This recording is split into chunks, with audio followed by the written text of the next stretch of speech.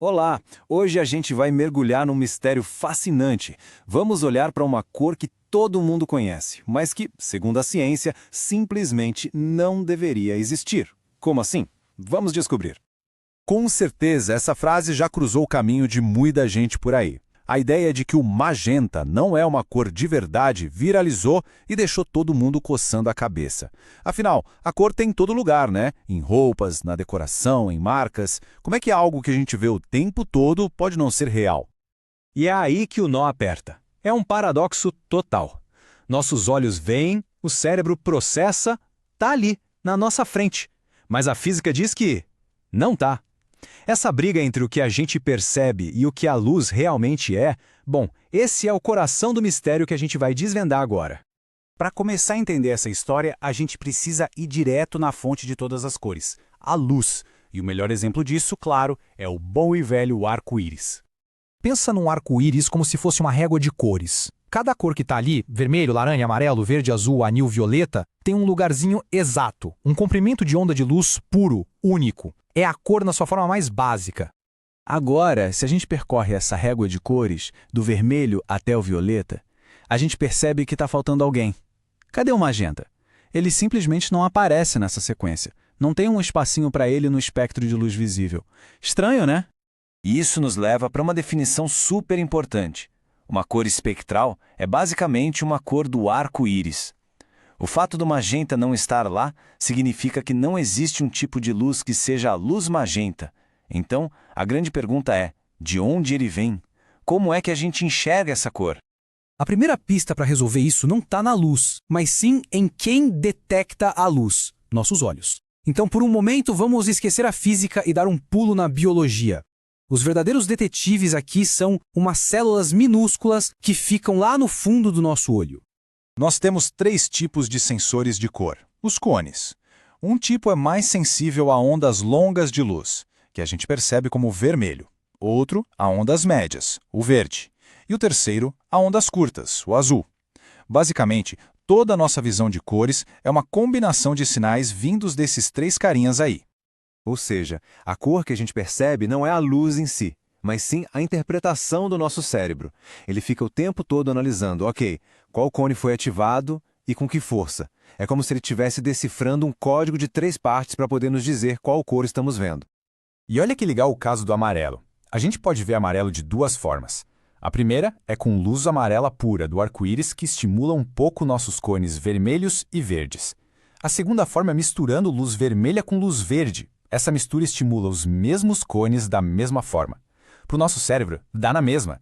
Ele grita, é amarelo. Ok, se o cérebro pode ser, digamos, convencido a ver amarelo a partir de uma mistura, o que mais ele consegue fazer? É aqui que a mágica acontece.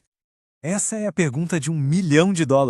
O que o cérebro faz quando recebe um sinal que a natureza em forma de luz pura nunca manda? Um sinal que diz, ei, tem vermelho aqui e opa, tem azul também, mas ignora completamente o verde, que está bem no meio do caminho entre os dois. Então, imagina a situação. O cone do vermelho está disparando.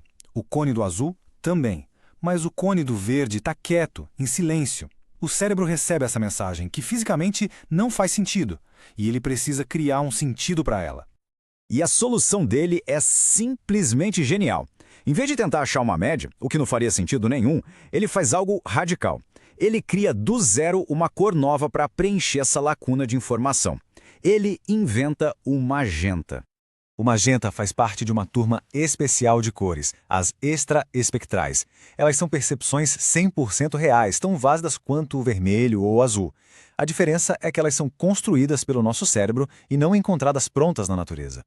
Então, como a gente visualiza tudo isso? A resposta é simples. A gente estava olhando para o mapa errado.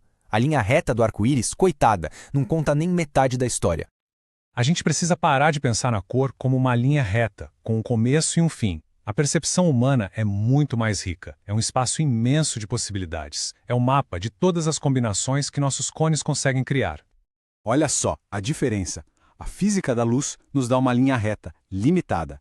Mas a nossa biologia, a combinação do olho com o cérebro, abre um universo de cores. Um espaço que inclui não só as cores do arco-íris, mas todas as outras misturas que a gente consegue imaginar.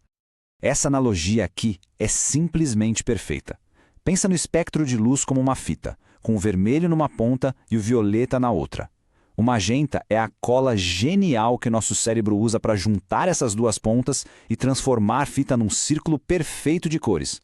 E esse é o mata de verdade. O diagrama de cromaticidade CIE. A borda curvada tem todas as cores puras do arco-íris. Mas o segredo está naquela linha reta na base, que conecta as duas pontas. Essa é a linha dos púrpuras. É ali que o magenta mora, junto com outras cores que o nosso cérebro cria para fechar o círculo. E chegamos ao veredito. A frase magenta não existe é, na verdade, um exagero. O magenta existe sim, como uma percepção de cor totalmente real. A questão é que ele não existe como uma cor espectral, uma cor pura do arco-íris. É uma diferença sutil, mas que muda tudo. E o mais impressionante é que o magenta não está sozinho nessa. Esse sistema de invenção do cérebro permite que a gente enxergue milhões de outras cores que, na prática, também são misturas complexas de luz. Pensa bem, marrom, rosa, cinza, até o branco. Nenhuma dessas cores está no arco-íris. Todas elas, iguaizinhas ao magenta, são cores extraespectrais, construções da nossa mente. O magenta não é uma aberração, ele faz parte de um clube enorme e muito, muito colorido. E isso tudo deixa a gente com uma pulga atrás da orelha, né? A história do magenta mostra que o que a gente percebe do mundo não é só um reflexo passivo da realidade. É uma construção ativa, criativa, brilhante do nosso cérebro. E isso faz a gente se perguntar em que outras áreas da vida a nossa percepção também está ativamente inventando o universo que a gente experimenta.